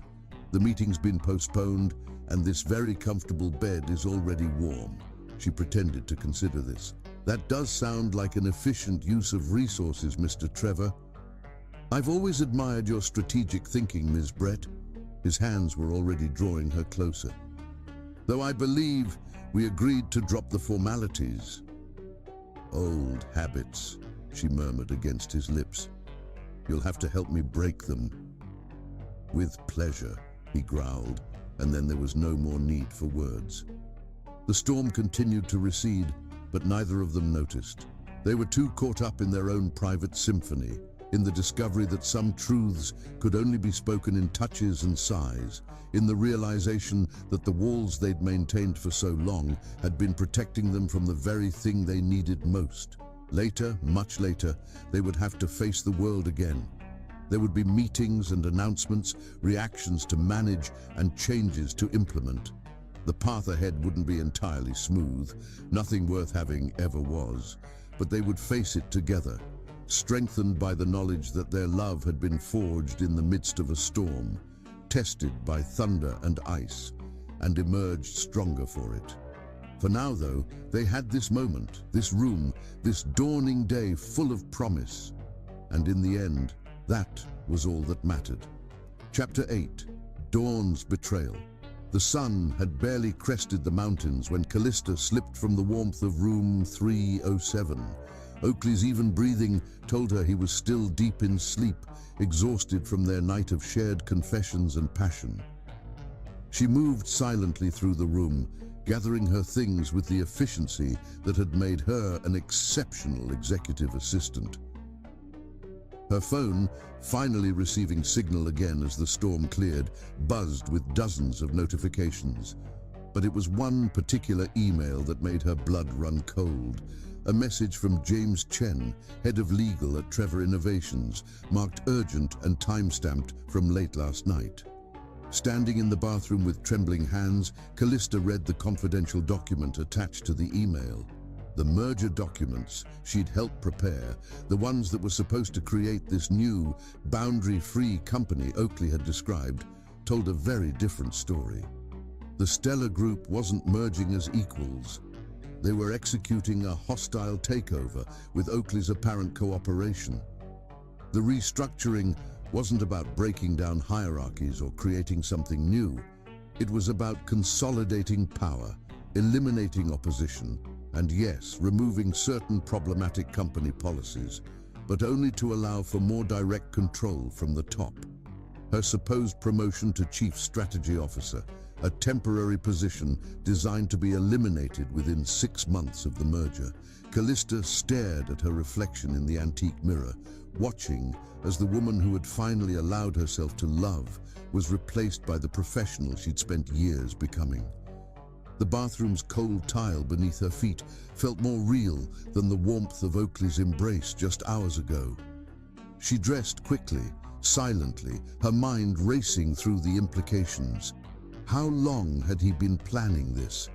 Had last night been just another strategic move, a way to ensure her cooperation during the crucial transition period? The thought made her physically ill. A note. She should leave a note. But what could she possibly say? "Thanks for the promotion that you knew would disappear in 6 months. Congratulations on orchestrating the perfect manipulation." In the end, she wrote just 3 words on the hotel stationery. "This was mistaken. The halls of Pinecrest Inn were silent as she made her way downstairs, the ancient floorboards somehow remaining quiet under her feet. Mrs. Whitman was nowhere to be seen. Small mercies. Callista didn't think she could bear the knowing twinkle in the elderly woman's eyes right now. Outside, the storm's aftermath created an alien landscape. Ice coated every surface, transforming trees into crystal sculptures and making the world gleam like a diamond in the early morning light. Her rental car, arranged through a series of texts while she dressed, waited in the parking lot, its engine already running against the cold. As she drove away from Pinecrest Inn, Callista forced herself not to look in the rearview mirror. She knew if she saw room 307's windows, saw any movement behind them, her resolve might crack.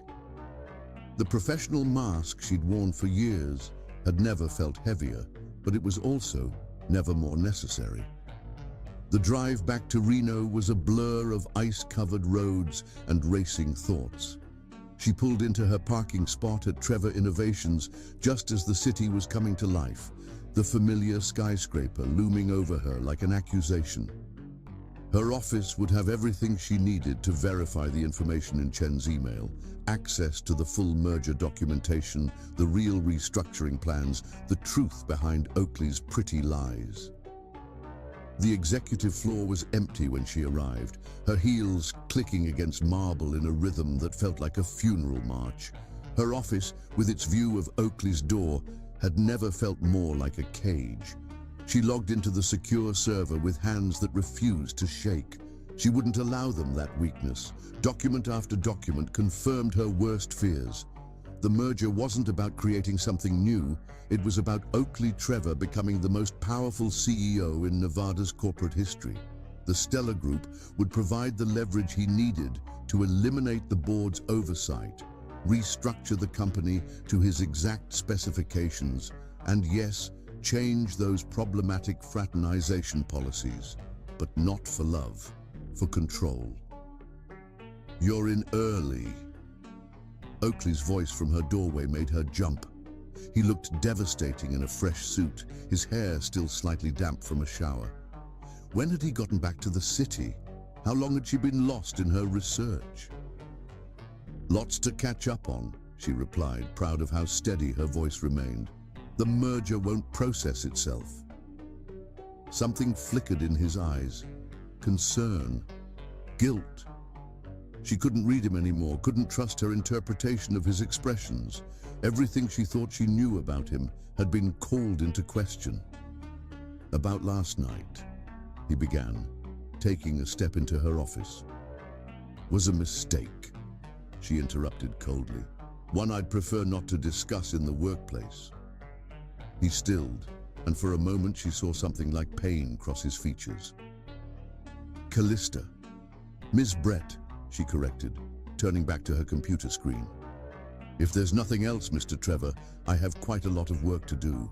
The Stellar Group representatives will be arriving this afternoon."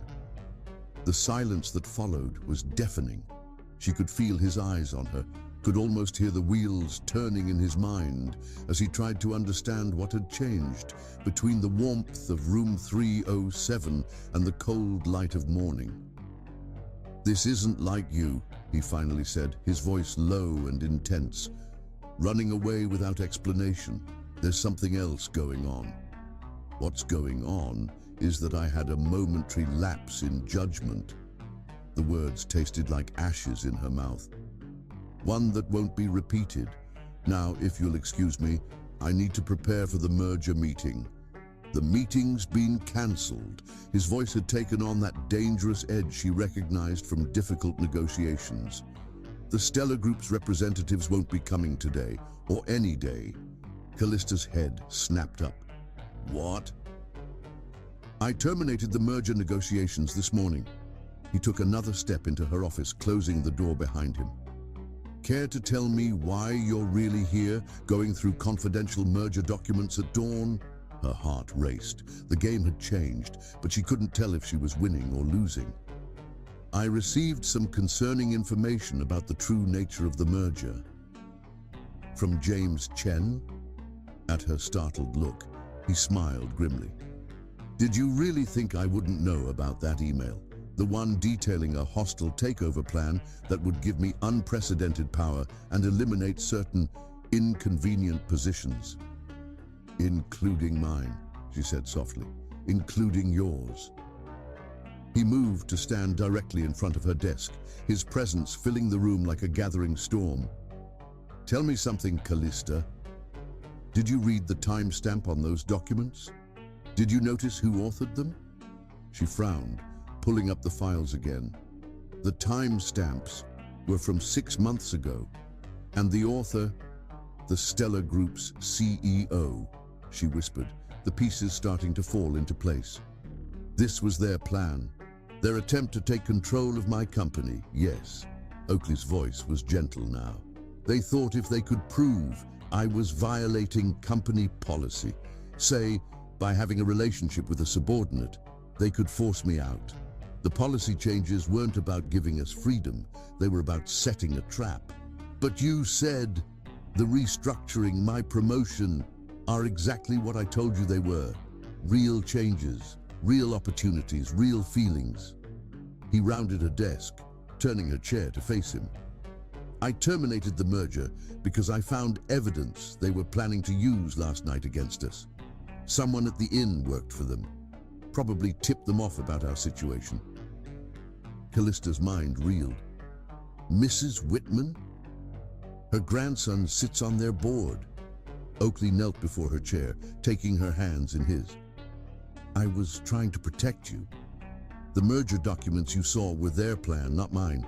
I thought if I could handle it quietly, you'd never have to know how they tried to use us. Why didn't you tell me? The hurt in her voice was real now, but for a different reason. Because I wanted last night to be about us. Just us. Not corporate espionage or hostile takeovers or any of the ugly parts of this business. His thumbs traced patterns on her palms. I love you, Callista. Everything I said in that room was true. Everything I felt was real. Tears spilled down her cheeks, relief and residual fear and love, all mixing together. I thought, when I saw those documents, you thought I'd manipulated you, used you. The pain in his voice matched her own. I would never do that to you. Never. She leaned forward until their foreheads touched, breathing in his familiar scent. I'm sorry I doubted you. Sorry I ran. I'm sorry I didn't tell you everything. He reached up to wipe away her tears. No more secrets. No more hidden agendas. From now on, we face everything together. Deal? Deal, she whispered, and sealed it with a kiss that tasted of salt and promises. Outside her office window, the morning sun had turned the ice-covered city into a glittering wonderland. The storm had passed, leaving behind a world transformed, much like the truth had transformed their understanding of each other. They had weathered their first real test, faced their fears and doubts, and emerged stronger. The merged company would never happen now, but something better had taken its place. Trust, tested by fire and ice, proven in the crucible of almost betrayal. And as Oakley pulled her into his arms, right there in her office where anyone could see, Callista realized that some risks were worth taking, some rules worth breaking, for the kind of love that could survive both storms and secrets. Chapter 9. Corporate Shadows. Weeks passed in a blur of corporate restructuring and carefully navigated transitions. Callista had moved to a new office on the 39th floor, no longer within sight of Oakley's door, but with an even more impressive view of the Sierra Nevada mountains. The same mountains that had witnessed their transformation from CEO and executive assistant to something far more complex and beautiful. The afternoon sun streamed through her floor-to-ceiling windows as she reviewed the latest batch of internal documents. Her promotion to Chief Strategy Officer had been announced the day after the failed Stellar Group merger, along with a complete reorganization of Trevor Innovations' corporate structure. The board had been initially skeptical, but Callista's track record spoke for itself. A knock at her door made her look up. Margaret Chen, James Chen's wife and head of human resources, stood in the doorway with an expression that made Callista's heart sink. "Do you have a moment?" Margaret asked, her normally warm voice tight with concern. "There's something you need to see." Callista gestured to the chair across from her desk, noting how Margaret closed the door before sitting. "What's wrong?" "These came across my desk this morning." Margaret placed a thick folder between them. "Someone's been doing some digging into the night you and Oakley spent at Pinecrest Inn. The memory of that night, the storm, the confessions, the almost betrayal and ultimate truth flashed through Callista's mind." "The Stellar Group?" "No." Margaret opened the folder, revealing photographs. "Someone inside Trevor Innovations, someone who doesn't approve of your rapid advancement." The photos were grainy but clear enough. Callista and Oakley entering the inn, standing close at the front desk, his coat around her shoulders. Innocent moments made to look suspicious by the lens of corporate politics. "Who?" Callista asked, though she already had her suspicions. "Victor Davidson." Margaret named the board member who had most vocally opposed Callista's promotion.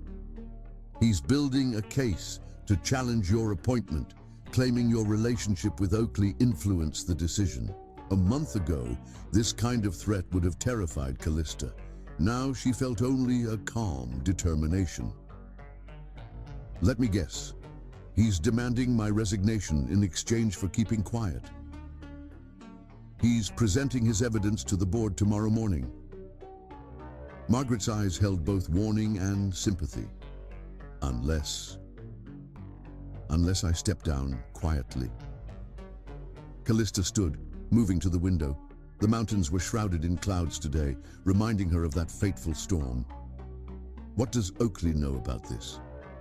"Nothing yet. I came to you first, hoping we could handle this internally." Callista turned back to her mentor and friend. "You know, the night of that storm, I learned something important about corporate politics. The truth isn't always what it appears to be at first glance." She moved back to her desk, pulling up files on her computer with swift efficiency. "Before we discuss Victor's demands, I think you should see these." Documents filled her screen, emails, financial records, meeting minutes, all pointing to a pattern of behavior that would interest the SEC considerably. "Victor's been orchestrating his own little scheme," Callista explained, turning the monitor so Margaret could see.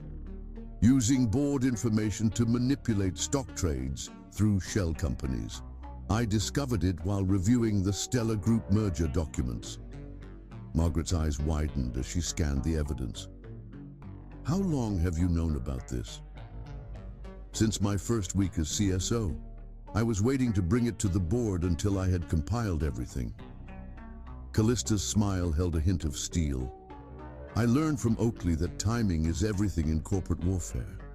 "You've changed," Margaret observed, but her tone held approval. "The Callista I knew before would have been devastated by these photos, worried about appearances and propriety. The woman in those photos was afraid of breaking rules, afraid of appearing unprofessional." Callista touched her screen, bringing up one final document. "But that night taught me that sometimes the most professional thing you can do is fight for what's right, regardless of how it might look." The document was a complete proposal for a new corporate governance structure, one that would modernize Trevor Innovations' approach to workplace relationships while strengthening ethical oversight. "I've been working on this since my promotion," Callista explained. "It addresses everything: conflict of interest protocols, performance review standards, ethical guidelines. Victor's attack actually gives us the perfect opportunity to implement it." Margaret studied her with new respect. "You knew this was coming." "I knew someone would try something like this eventually. Office politics doesn't change overnight, even when policies do." Callista sat back in her chair, projecting the calm confidence she'd learned from Oakley. "The question is, what do we do with this information?" Before Margaret could respond, another knock interrupted them. Oakley stood in the doorway, his expression serious.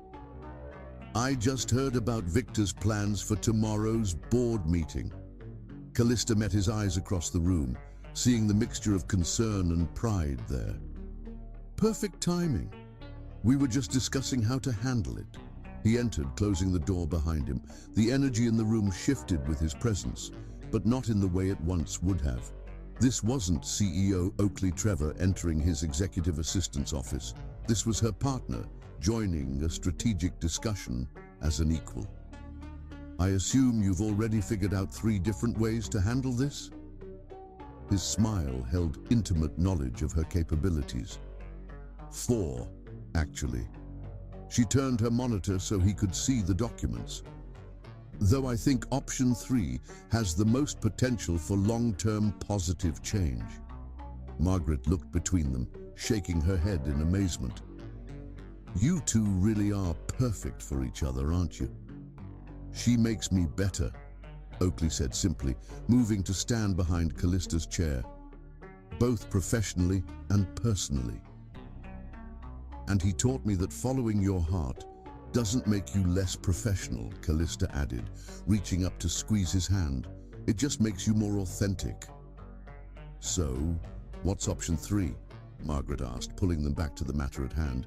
Callista outlined her plan, using Victor's attack as a catalyst for implementing comprehensive corporate governance reform. The new policies would protect workplace relationships that met ethical guidelines while creating stricter oversight for actual conflicts of interest like Victor's trading schemes. We present it to the board immediately after Victor makes his accusations, she explained. Show them that we're not just defending our relationship, we're creating a better, more ethical company culture. And the evidence of his insider trading, Margaret asked, goes to the SEC either way, Oakley stated firmly. That kind of behavior has no place in my company. Our company, Callista corrected gently, the reforms make that official too. More distributed leadership, better checks and balances. Like I said, Oakley smiled, she makes me better. They spent the next hour refining the strategy, Margaret's HR expertise, helping strengthen the new policies. By the time she left, the sun was setting behind the mountains, painting Callista's office in shades of gold and rose. You're incredible, Oakley said once they were alone, pulling her up from her chair into his arms. You turned a potential scandal into an opportunity for positive change. I learned from the best. She leaned into his embrace, remembering how far they'd come from that stormy night. Though I still can't believe Victor thought some grainy photos would be enough to break us up. He doesn't understand what we have. Oakley's voice was soft against her hair. He sees a cliché. Boss and assistant having an affair. He can't comprehend a genuine partnership of equals. His loss. Callista pulled back to meet his eyes. Ready to shake up the corporate world again tomorrow? With you by my side? Always. He kissed her softly, then more deeply, until the last rays of sunlight had faded from the sky. Tomorrow would bring its challenges. A hostile board member, new policies to implement, a company culture to transform. But they would face it together. Stronger for every storm they'd weathered, every shadow they'd illuminated, every boundary they'd redefined. And as they left the office that evening, hand in hand without caring who saw, both knew that some love stories weren't about breaking rules. They were about writing new ones, better ones, ones that recognized that the heart's wisdom could coexist with professional excellence, that passion and competence weren't mutually exclusive, that the greatest innovations often came from daring to challenge the status quo. The mountains stood sentinel against the darkening sky, their peaks still holding the memory of that transformative storm. In their shadow, Callista and Oakley had found not just love, but a new way of leading, of living, of being. And no amount of corporate shadows could dim the light they'd kindled in room 307. Chapter 10. winter's return. Exactly 1 year had passed since the storm that changed everything. The Sierra Nevada mountains wore their winter coat proudly, snow-capped peaks gleaming against a crystal-clear sky. Callista Brett stood at her office window, watching the sun set behind those familiar peaks, her mind drifting back to that fateful night at Pinecrest Inn. The past year had been transformative for both Trevor Innovations and its leadership. The corporate governance reforms she'd implemented had become a model for other companies, earning recognition from industry leaders and business publications. Victor Davidson's attempted power play had backfired spectacularly, leading to his resignation and a stronger, more ethical board of directors. But more than that, the year had proved that love and professional excellence could coexist beautifully. Callista's work as Chief Strategy Officer had driven the company to record profits, while her relationship with Oakley had deepened into something that made both of them better leaders and better people. A light knock on her door interrupted her reflection. Margaret Chen stood there, smiling mysteriously. "Your car is waiting downstairs," Callista frowned. "I didn't order a car." "No, but someone who loves you did." Margaret's eyes twinkled. "He said to tell you to trust him, just like you did a year ago today." Understanding dawned, sending a flutter through Callista's stomach. She gathered her coat and bag, trying to suppress her smile. "Any hints about where I'm going?"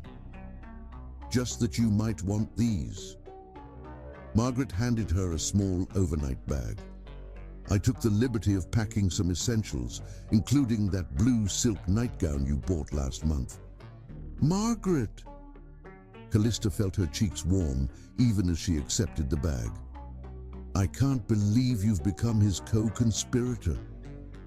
Someone has to help him surprise the most organized woman in Nevada." Margaret shooed her toward the elevator. "Go. Be romantic. The company won't fall apart without you for one night." The private elevator, another perk of her C-suite position, whisked her to the lobby. Outside, a familiar midnight blue Audi RS7 waited, its engine purring in the cold evening air. But instead of Oakley at the wheel, she found a professional driver who opened the door with a courteous nod. On the back seat lay a single red rose and a note in Oakley's distinctive handwriting: "Follow the memories." Oh. The car pulled away from Trevor Innovations headquarters, taking the same route they'd driven that stormy night a year ago. Callista's heart raced as she recognized the familiar turns, the way the city gave way to mountain roads, the gradual climb into the Sierra Nevada's embrace. Snow began to fall softly, fat flakes drifting past the windows like nature's confetti. But unlike last year's violent storm, this snowfall was gentle, romantic, as if the weather itself was celebrating their anniversary. Pinecrest Inn appeared through the curtain of snow like a scene from a fairy tale. Every window glowed with warm light, and delicate ice sculptures lined the path to the entrance. Mrs. Whitman stood in the doorway, her silver hair arranged in its usual elegant bun, her smile knowing. "Welcome back, dear," she said warmly as Callista approached. "Though I must apologize for my part in last year's drama, my grandson can be quite persuasive when he wants something." "Water under the bridge," Callista assured her, understanding now why Oakley had chosen to return here. Some places held power beyond mere memory. They were catalysts for transformation.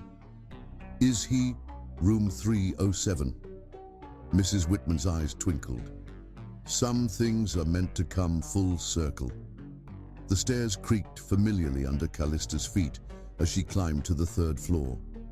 The hallway looked exactly as she remembered, though this time strings of tiny white lights had been woven through the antique light fixtures, creating a magical atmosphere. Room 307's door stood slightly ajar, firelight spilling into the hallway. Callista's hand trembled slightly as she pushed it open, her breath catching at the sight before her. The room had been transformed. Hundreds of candles created a warm, golden glow, their light reflecting off crystal vases filled with winter roses. The antique bed was made up with what looked like the same blue and silver quilt from a year ago. And there, by the window where they'd shared their first kiss, stood Oakley. He turned at her entrance, and the love in his eyes made her heart skip. "You came. Did you doubt I would?" "Never." He crossed the room in 3 strides, pulling her into his arms. "Not since the day you told the board they were wrong about that merger strategy. I've never doubted you since then." Callista melted into his embrace, breathing in his familiar scent. "The room looks beautiful, though I notice the heating is working perfectly this time. I may have had them upgrade the system after last year." His chuckle rumbled through his chest. "Though I have to admit that failing radiator did work in my favor." I seem to remember something about body heat being the most efficient way to warm someone up." She smiled against his shoulder. "Very professional medical advice, as I recall." "Speaking of professional..." Oakley pulled back slightly, his expression growing serious. "There's something I need to tell you." Callista's heart skipped for a different reason. "What is it?" "I'm stepping down as CEO." The words hung in the air between them. Callista blinked, trying to process their meaning. "What? Why?" "Because the company needs new leadership for its next phase of growth." His hands came up to cup her face. "Leadership that understands both innovation and ethics, that can balance progress with humanity. Leadership like yours." Understanding dawned. "Me? But..." "The board voted this morning. Unanimously." His smile was full of pride and love. "You're the best person for the job, Callista. You've proven that over and over this past year. I'll stay on as chairman, focusing on long-term strategy, but the day-to-day leadership should be in your hands." Tears pricked at her eyes. "You planned all this? The anniversary? The room?" "I wanted to bring you back to where it all began, where we first chose to trust in something bigger than ourselves." He brushed away a tear that had escaped down her cheek. "But I have one more question to ask, one that has nothing to do with corporate titles or professional advancement." Callista's heart stopped as Oakley stepped back and lowered himself to one knee. From his pocket he produced a ring that caught the candlelight like captured starfire. "Callista Brett," he said softly, his voice full of emotion. "A year ago in this room, you taught me that some rules are meant to be broken, and some love stories are worth any risk. You've made me a better leader, a better man, and a better human being.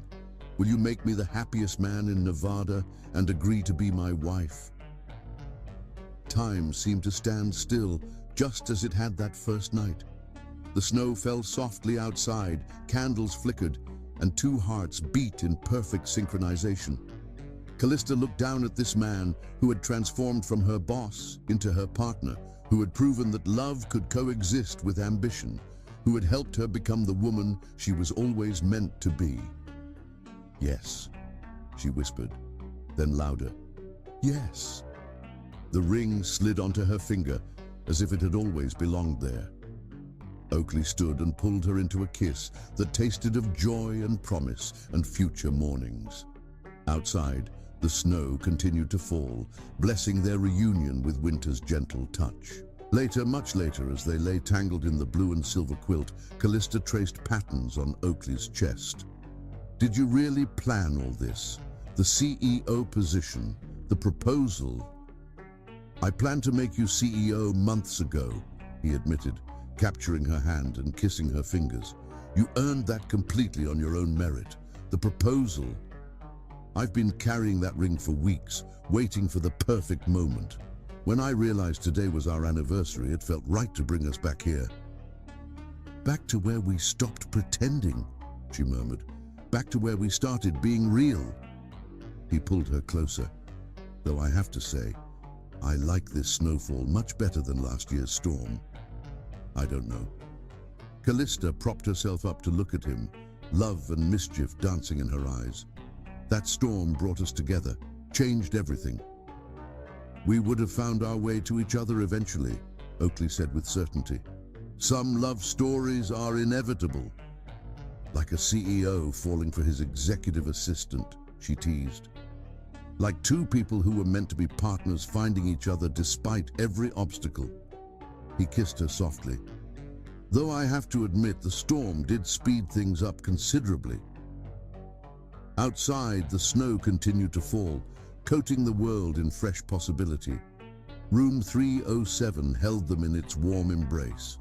Witness once again to a love that had redefined corporate boundaries and personal limits. The mountains stood sentinel against the night sky, their peaks touching stars that seemed to shine especially bright for this moment, this couple, this perfect completion of a circle that had begun in ice and storm and ended in warmth and certainty. And somewhere in the inn below, Mrs. Whitman smiled knowingly, understanding that sometimes the best love stories started with a storm and ended with gentle snow, transforming everything in between. Chapter 11. The Real Merger. Spring had touched the Sierra Nevada mountains with gentle fingers, melting snow into crystal streams and coaxing wildflowers from the earth. But today, Pinecrest Inn wore a mantle of white once more, not from nature's hand, but from thousands of winter roses and delicate white lights that transformed the historic building into something magical. Callista stood before the antique mirror in room 307, her heart thundering in her chest. The wedding dress she'd chosen was a masterpiece of silk and lace, its color matching the pure white of fresh snow. Her dark skin glowed against the fabric, and her braids had been woven with tiny crystals that caught the light like captured stars. "You look absolutely perfect," Margaret Chen said, adjusting the dress's train. "Though I still can't believe you chose to have the wedding here." "Where else?" Callista smiled, touching the antique key to room 307 that hung on a delicate chain around her neck, Oakley's gift that morning. "This place changed everything." Mrs. Whitman appeared in the doorway, her eyes misty. "The guests are ready, and that handsome groom of yours is about to wear a hole in the floorboards downstairs." Callista laughed, imagining Oakley, always so composed in board meetings, pacing nervously before their wedding. "How does he look?" "Like a man who can't believe his luck," Mrs. Whitman replied with a knowing smile. "Though if you ask me, you're both equally blessed to have found each other." The old innkeeper had become something of a fairy godmother to them over the past months, helping plan the intimate wedding with enthusiasm that made up for her previous deception. Her grandson's involvement with the Stellar Group's attempted takeover had been forgiven, transformed into a story they now told with laughter rather than pain. A soft knock at the door announced the arrival of James Chen, who had agreed to walk Callista down the aisle. His eyes widened at the sight of her. "Well, if any of the board members still had doubts about your ability to handle both personal and professional responsibilities, this vision in white would silence them. The board's opinion of my personal life stopped mattering the day I became CEO," Callista reminded him with a smile. The past 6 months had proven she could lead Trevor Innovations with the same excellence she'd shown as CSO, while planning a wedding that would be talked about in Nevada society for years to come. "Speaking of which," Margaret produced an envelope from her clutch. "The latest quarterly reports came in this morning. Best numbers in company history." "Not today," Callista said firmly, though her fingers itched to reach for the envelope. "Today isn't about market shares or profit margins." "There's our bride," Mrs. Whitman approved. "Now, shall we get you married before that nervous groom of yours wears out my antique carpets?" The small wedding party made their way downstairs, where the inn's grand staircase had been decorated with cascading winter roses and twinkling lights.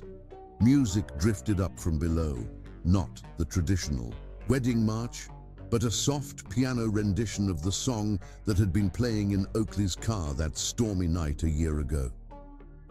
At the bottom of the stairs, Through the windows of the inn's conservatory where the ceremony would take place, Callista caught a glimpse of Oakley. He stood tall and handsome in his tuxedo, snow-capped mountains visible through the glass walls behind him. Even from this distance, she could see the emotion on his face as he spoke with his best man. "Ready?" James asked softly, offering his arm. Callista took a deep breath, remembering another moment of decision in this very building. Just as she had chosen to trust her heart that night, she now chose to step forward into a future bright with promise. The ceremony space was intimate but stunning. The conservatory's glass walls and ceiling had been draped with sheer white fabric and twinkling lights, creating the effect of being inside a snow globe. The guests, a carefully chosen group of family and close friends, turned as the music changed and the doors opened. But Callista saw only Oakley. His eyes locked with hers across the space between them, and in that moment, every doubt, every fear, every corporate battle and professional struggle faded away. This was what they had been moving toward since that first board meeting when she dared to challenge him. She floated down the aisle on James's arm, her heart singing with each step that brought her closer to the man who had transformed from her boss into her partner, her love, her future. Oakley's eyes shone with tears as she reached him, his hand trembling slightly as he took hers. "You take my breath away," he whispered as she joined him before the officiant. The ceremony itself was a blur of emotion and perfect moments. They had written their own vows, weaving their unique story into promises for the future. "I vow to be your partner in all things," Oakley's voice rang clear and strong, "to support your dreams as you've supported mine, to challenge you to be ever better as you've challenged me, and to love you with the same passion and dedication you bring to everything you do." Callista's voice shook with emotion as she made her own promises.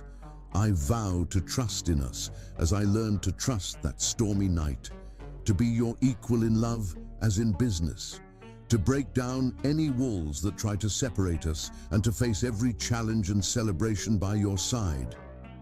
The exchange of rings, the official pronouncement, the first kiss as husband and wife. Each moment felt both surreal and perfectly right. The guests applauded as they turned to face them, but Callista and Oakley remained in their own world for a moment longer, foreheads touching, hearts beating in sync. The reception was held in the inn's grand dining room, transformed into a winter wonderland that rivaled the storm that had first brought them together. Mrs. Whitman had outdone herself with the decorations, combining elegant corporate sophistication with romantic whimsy in a way that perfectly represented the couple. During the dinner, Margaret rose to give a toast that had everyone alternating between laughter and tears. To the couple who proved that the greatest mergers aren't about corporate takeovers, but about two hearts finding their perfect match. And to room 307, may it continue to work its magic for years to come. Later, as they shared their first dance, Oakley pulled Callista close enough to whisper in her ear, "Happy?" "Perfect," she replied, then smiled mischievously. "Though I do have one piece of business news that couldn't wait until after the honeymoon." "Oh?" His eyebrow raised in that familiar way that still made her heart skip. "We're going to need to implement those new parental leave policies sooner than expected." She watched understanding dawn in his eyes. "About 7 months sooner." Joy bloomed across Oakley's face as he processed her meaning. His arms tightened around her as he spun her in an impromptu twirl that made their guests cheer. "Really?" "Really," she confirmed, laughing at his excitement. "Though I plan to run the company right up until delivery.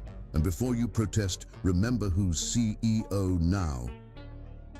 "I wouldn't dare argue with my boss," he teased, pulling her close again. "I love you, Mrs. Trevor." "I love you too," she whispered back. "Though professionally I'm keeping Brett."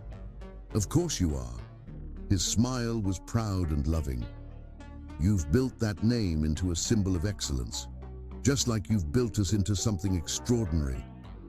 They danced on as snow began to fall outside, nature's blessing on their celebration.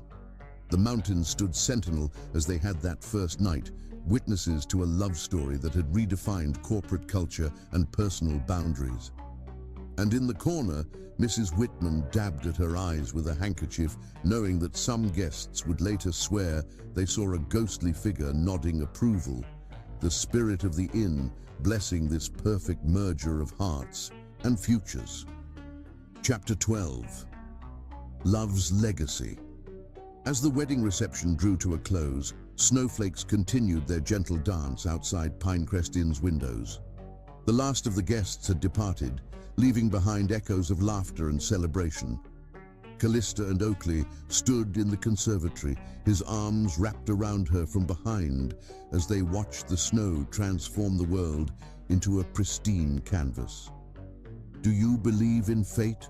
Callista asked softly, her wedding dress catching the remaining twinkling lights like captured starlight. "That some things are meant to be, no matter what obstacles stand in their way." Oakley's arms tightened around her, his chin resting on her shoulder. "I believe in courage," he replied, "the courage to recognize what's real and fight for it, even when the world says you shouldn't." She turned in his embrace, the news of their coming child still a joyful secret between them. Like a CEO falling in love with his executive assistant. Like two people refusing to let rules and expectations define their happiness. His hand drifted to her stomach, though there was no visible sign yet of the miracle growing within. We're living proof that the greatest achievements come from daring to challenge convention. Mrs. Whitman appeared in the doorway, carrying something in her hands. "Before you leave for your honeymoon, I have something for you both." She presented them with an elegant leather-bound book. "I've kept this inn's guest book for 40 years, recording the stories of those who found love within these walls. But your story, yours deserves its own volume." Opening the book, they found their own journey chronicled in Mrs. Whitman's elegant handwriting, from that first stormy night to this snowy evening of their wedding. The final page held a message that brought tears to Callista's eyes. "To those who find this story in years to come, let it be known that true love isn't about breaking rules, but about having the wisdom to recognize when the rules themselves need to change." Callista and Oakley didn't just find love in room 307, they redefined what was possible when courage meets destiny. Their legacy isn't just in the company they transformed or the policies they changed. It's in proving that professional excellence and profound love can coexist, strengthen each other, and create something greater than either could achieve alone. May their story inspire others to trust their hearts, even when convention says otherwise. May it remind us that the greatest innovations often come from daring to imagine a different way. And may it stand as testament that some loves are worth every risk, every struggle, every moment of doubt. In their union, we witness not just a marriage of hearts, but a blueprint for a future where passion and professionalism, love and leadership, personal joy and professional excellence dance together in perfect harmony. Let those who read these pages understand, the truest mergers aren't written in corporate documents, but in the hearts of those brave enough to believe in something bigger than themselves. Oakley traced the words with gentle fingers. "She's right, you know. What we've built goes beyond us now." "A legacy of love and leadership," Callista agreed, thinking of their child, of future generations who might find inspiration in their story. Proving that the heart's wisdom can be the greatest business strategy of all, they thanked Mrs. Whitman, who embraced them both with tears in her eyes before shooing them toward the stairs. "Go on now. Room 307 awaits its most important guests one last time before your honeymoon." Hand in hand, they climbed the familiar stairs, each step carrying the weight of memory and promise. the hallway where they'd first crossed the line between professional and personal. The door that had witnessed their transformation from CEO and executive assistant to partners in every sense. Room 307 welcomed them with warm firelight and scattered rose petals, the same blue and silver quilt adorning the bed. But now there were no doubts, no hesitations, no boundaries left to cross. Just two people who had dared to imagine something greater than convention allowed, and in doing so had changed not just their own lives, but the lives of countless others. "To us," Oakley said softly, pulling Callista into a kiss that held all the passion of their first night together, tempered now with the certainty of their shared future. "To love's legacy," she whispered against his lips, "and to all those who might find courage in our story to write their own."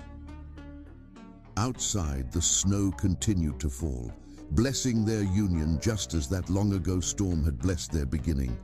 The mountains stood eternal, guardians of a tale that would be told for generations, not just of how a CEO fell in love with his executive assistant, but of how two souls dared to challenge the world's expectations and, in doing so, created something extraordinary.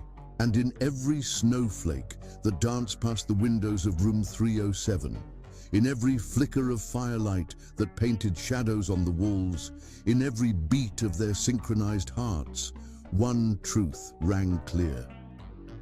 Some love stories do more than break the rules.